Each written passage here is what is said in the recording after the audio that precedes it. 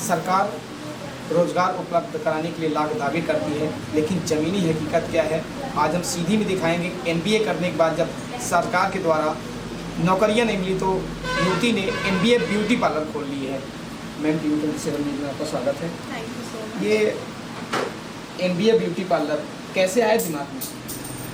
देखिए, मैंने एमबीए किया हुआ है, मतलब मेरा पढ़ाई जो है वो एमबीए की है। तो मैंने सोचा कि देखिए प्लेसमेंट तो उतने अच्छे मिलते नहीं कि हम इतना ज़्यादा इनकम कर सकें, या तो फिर हमें प्लेसमेंट के लिए अपनी सिटी छोड़नी पड़ती है, अपना घर छोड़ना पड़ता है, सारी चीज़ें। तो मैंने सोचा कि एक हम सीधी जैसी जगह पर, जो कि अभी इतना ज़्यादा डेवलप नहीं है अदर सिटीज़ के कंपैरिजन में, तो मैंने सोचा कि मैं एमबीए करके अगर मैं ये पार्लर खोलूँगी तो मैं 4 लोगों को रोज़गार प्रदान कर सकती हूँ, है ना। अपनी इनकम तो हमको करना ही करना है, साथ में और लोगों को हम रोज़गार भी दे सकते हैं।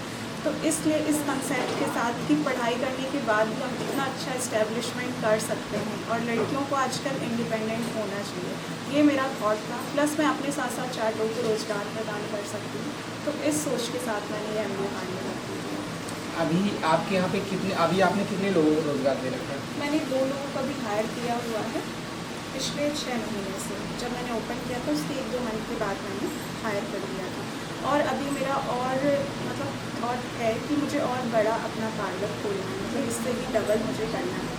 तो आप समझ लीजिए कि कम से कम 6 से 7, 8 से 10 लोगों को मैं हायर करने का मेरा है।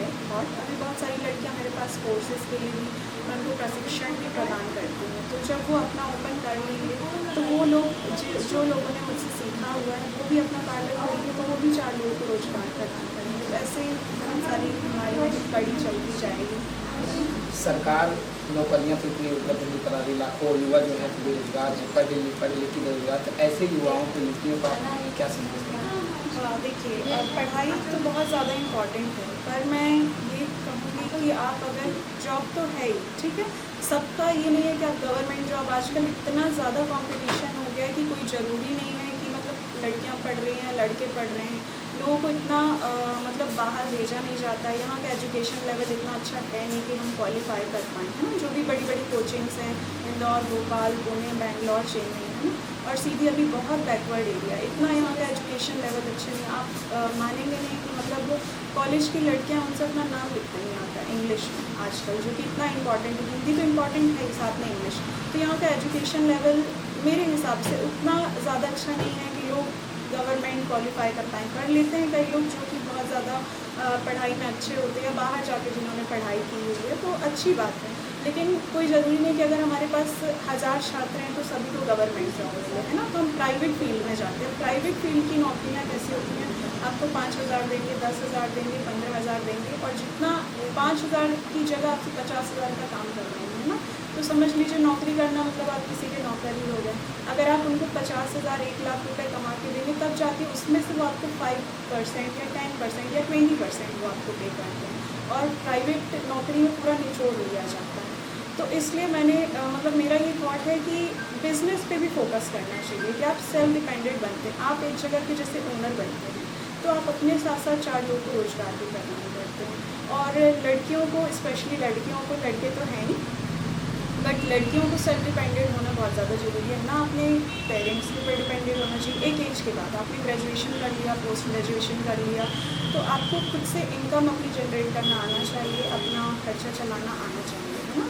और क्या होता है कि मतलब लड़कियां हस्बैंड के ऊपर डिपेंडेंट रहती है। शादी के बाद आप देखते हैं मारपीट करना, डिवोर्स होता है, बहुत ज़्यादा परेशान करते हैं सास ससुर, दहेज के लिए परेशान करना, इतनी सारी चीज़ें आजकल सभी को पता है।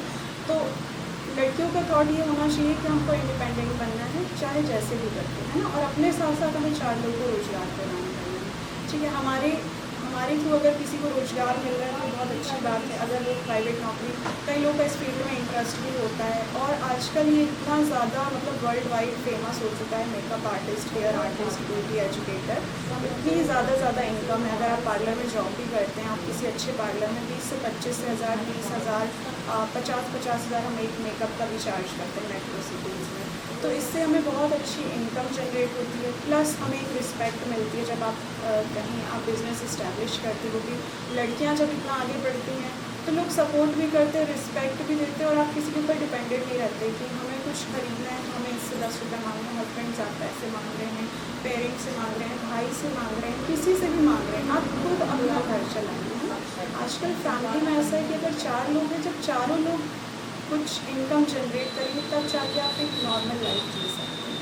अगर आप सोचें कि हमारे पापा कमा रहे हैं और हमारे इतने सारे भाई बहन हम आराम से बैठ के खा रहे हैं, अगर हमारे हस्बैंड कमा रहे हैं और हम पूरा घर चला रहे हैं, मेरा ये है कि लड़का हो लड़की हो सबको आजकल वर्क करना चाहिए। आप पढ़े लिखे एजुकेटेड हैं, नहीं भी हैं, कम पढ़े लिखे भी हैं, बहुत सारे टाइप के जॉब्स होते हैं, बहुत सारे टाइप की नौकरियाँ होती हैं। बिजनेस के लिए ऐसा कोई ज़रूरी नहीं कि आप बहुत ज़्यादा पढ़े लिखे होना ज़रूरी है।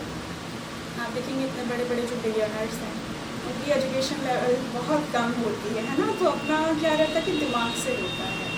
मेन आप अपना दिमाग यूज़ करेंगे। कम पढ़े लिखे लोग भी आपसे कहीं ज़्यादा एक्स्ट्रा नॉलेज रखते हैं। ऐसा कोई ज़रूरी नहीं आपकी डिग्री मैटर नहीं करती, सब कुछ मैटर नहीं करता है, आपका दिमाग मैटर करता है कि आपको जो भी एजुकेशन मिला है थोड़ा सा भी मिला है, पर कई लोग उसको यूटिलाइज़ करते हैं और कई लोग ऐसा ही कि हमको टाइम पास करना है, हमको जस्ट पढ़ना है, हमको जस्ट डिग्री लेनी है कि हमने ये किया है वो किया। और आप जब उनका नॉलेज लेवल चेक करेंगे तो उनसे अपना नाम लिखते नहीं बनेगा, कुछ बताते नहीं बनेगा।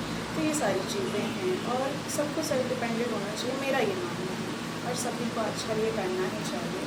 जिले में जैसे आपने बताया कि शिक्षा बहुत पीछे है, बैकवर्ड है, स्वास्थ्य शिक्षा के लिए सरकार से आप क्या कहेंगे?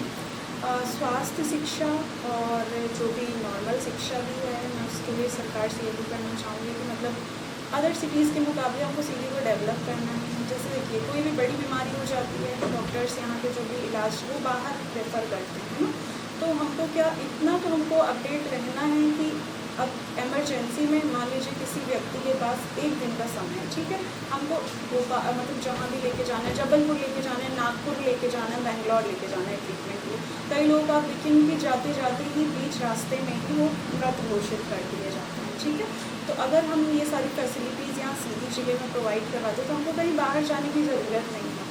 शिक्षा, स्वास्थ्य, सारी चीज़ों पर फोकस करना चाहिए और इसको डेवलप करना चाहिए। बहुत सारी चीज़ों में सीधी को आगे बढ़ावा देना चाहिए, इससे हमारा नाम भी होगा। यहाँ के लोग इतना परेशान नहीं होंगे, लोगों के पास इतने पैसे नहीं होते कि वो नागपुर, बेंगलोर जैसी सिटी में अपना सब कुछ छोड़ के वहाँ जाके ट्रीटमेंट का पैसा देना बहुत बड़ी बात होती है।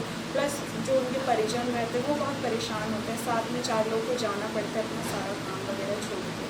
तो यहाँ स्वास्थ्य, शिक्षा और सारी चीज़ों को बढ़ावा देना चाहिए बहुत ज़्यादा, मतलब जरूरी है सिटी के डेवलपमेंट के लिए। हमारे साथ ही मैम जिन्होंने MBA करके और रोज़गार नहीं मिलने के कारण उन्होंने खुद का MBA ब्यूटी पार्लर खोला। उन्होंने हाल ही में अभी 4 से 6 लोगों को रोज़गार भी दे रही है। साथ ही साथ उन्होंने एक चीज़ और सरकार पर भी बात की कि उन्होंने स्वास्थ्य और शिक्षा हमारे यहाँ की बहुत बदतर है। शिक्षा ऐसे है कि कॉलेज की लड़कियों से, कॉलेज के जो छात्राएं हैं, स्टूडेंट हैं, उनसे अपना नाम तक अच्छे से लिखने नहीं आता। इसमें सरकार से उन्होंने पहल करने का अनुरोध किया। कैमरामैन अभिषेक चौधरी के साथ अरुण गुप्ता, TV 27 सीधी।